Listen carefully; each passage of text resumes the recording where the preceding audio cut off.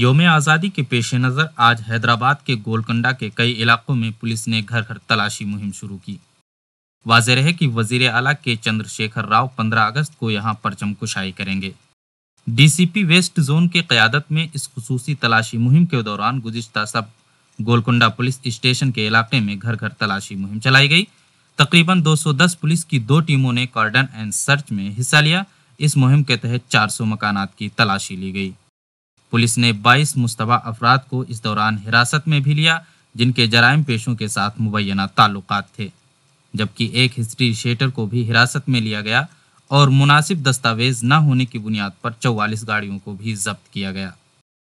ये कार्डन सर्च अब आने वाला 15 अगस्त जो अपना कोर्ट में होता है, गोलकोंडा कोर्ट में, उस सिलसिला में करें। तकरीबन 400 घर इसमें तलाश में करें और इसमें 44 टू व्हीलर्स और 3 व्हीलर्स गाड़ियाँ सीज करें। उसमें 23 आदमी 23 मेंबर्स को सस्पेक्ट भी प्रिवेंटिव कस्टडी में लिए। उसमें एक राउडी शीटर माजद बिल्कुल गोलकोंडा का भी है।